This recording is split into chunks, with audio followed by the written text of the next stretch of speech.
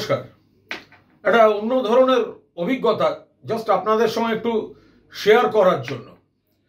আমার নিজের জীবনেরও একটা অধ্যায়, যখন চিটফান্ড এই বিতর্কটা চলছে, তো এখন সেই সময়টায় আমার মনে আছে যে একটি টিভি চ্যানেল, তারা বিরাট একটা টক শো চলছিল, চিটফান্ড কত খারাপ ইত্যাদি ইত্যাদি। তো যেহেতু আমি বিতর্কিত, ফলে সে সময় আমার গ্রেফতারির ঠিক আগে, তো আমাকে তারা ফোনে যোগাযোগ করেন।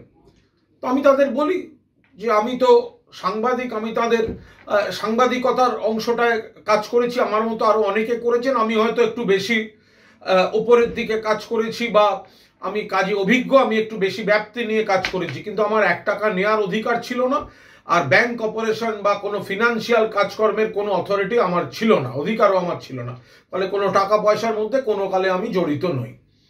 কিন্তু আমি তখন দেখলাম যে যখন এই যে যে যে টক শোটা চলছে একটা প্রথম সারির চ্যানেলের, তো তখন ঘটনাচক্রে তো একটা ব্রেক হলো, আমাকে ফোনে জিজ্ঞাসা করছিলেন, তো ফোনে আমাকে বললেন একটু লাইনে থাকুন, আবার আমরা ফিরে আসছি একটু বিরতির পর। তো আমি অবাক হয়ে দেখলাম, আমি তো বাড়িতে বসে ফোন ইন দিচ্ছিলাম, সামনে টিভি ছিল, আমি দেখলাম চিটফান্ড কত খারাপ এবং চিটফান্ড নিয়ে যে টক শো চলছে তার মধ্যে থেকেই আমায় ফোন ইনে কত কড়া প্রশ্ন করা হলো। আবার ব্রেকে দেখি 8টা বিজ্ঞাপনের মধ্যে 4খানা হচ্ছে ওই অনুষ্ঠানে অন্য 4টি চিটফান্ডের, তারা তখনও বন্ধ হয়নি বা তারা তখনও চলছে। আমি বিচিত্র আমার এই অভিজ্ঞতা যে চিটফান্ড যদি খারাপ হয়, আমি যদি সাংবাদিক হিসেবে তাদের মিডিয়া সেকশনে চাকরি করে দোষ হয়ে থাকে, তাহলে আমাকে যারা প্রশ্ন করছেন তাদের যে ব্রেক, সেখানে কি করে চিটফান্ডেরই বিজ্ঞাপন হতে পারে? এই অনুষ্ঠানটির অন্যতম নিবেদক গেল। আবার বহু যুগ বাদে এরকম মাঝে মাঝে কন্ট্রাডিকশন থাকে, আমি নিজেও মিডিয়ার লোক, আমি কম্পালশন বুঝি, আমি কারোর নাম করছি না, যন্ত্রণা থেকে বলছি।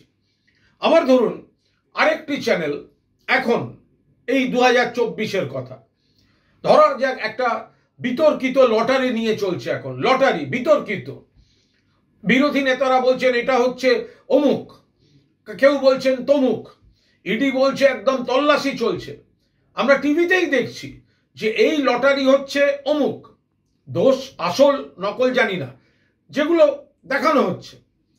আবার অবাক হয়ে দেখছি যে লটারির বিরুদ্ধে ইডি তল্লাশি বা ইডির অভিযান বা বিরোধীদের অভিযোগ ঢালাও করে যেখানে প্রচারিত হচ্ছে, সেই চ্যানেলের একটা বড় ইভেন্ট যারা স্পন্সর করছেন তার মধ্যে সেই লটারি।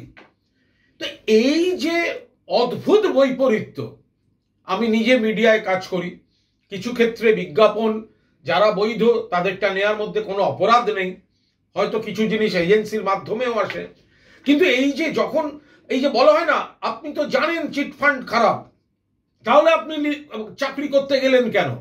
আমি যখন বলি যে কোন চিটফান্ডটা খারাপ, সেটা সরকার বলে না দিলে বুঝবো কি করে?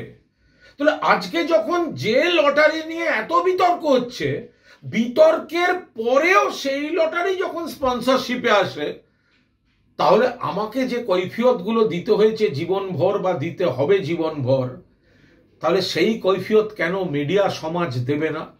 কোন মিডিয়া, কোন চ্যানেল, কোন কাগজ কোন চিটফান্ডের বিজ্ঞাপনটা নিতে বাকি রেখেছিল? কুণাল ঘোষ বেতন হিসেবে যা পেয়েছে, ট্যাক্স দিয়েছে, বিজ্ঞাপন হিসেবেও যা পেয়েছে, সেগুলো ইডির হাতে জমা করেছে। কিন্তু যে চিটফান্ডগুলোর কোটি কোটি টাকা বিভিন্ন মিডিয়া নিয়েছে, কাগজ নিয়েছে, চ্যানেল নিয়েছে, সেগুলো তো ইডির কোষাগারে জমা পড়েনি। আবার একইভাবে আজকের এই লটারি যদি বলেন, তাহলে লটারি খারাপ, লটারির টাকা কে নিল, তাহলে সেই লটারি স্পন্সরশিপও তো চ্যানেল নিচ্ছে। দেখে কনফিউজ লাগলো, জীবনের প্রতি অনেক ঝড়ঝাপটা গেছে। তো আমি কোনো কারোর নাম করলাম না, আমি সবার কম্পালশন জানি, আমিও ইন্ডাস্ট্রির লোক, শুধু আপনাদের বিবেচনার জন্য বিষয়টা আপনাদের সঙ্গে একটু শেয়ার করলাম, কারণ মাঝে মধ্যে মনের মধ্যে একটু অস্থিরতা তৈরি হয় এগুলো দেখলে। ভালো থাকবেন।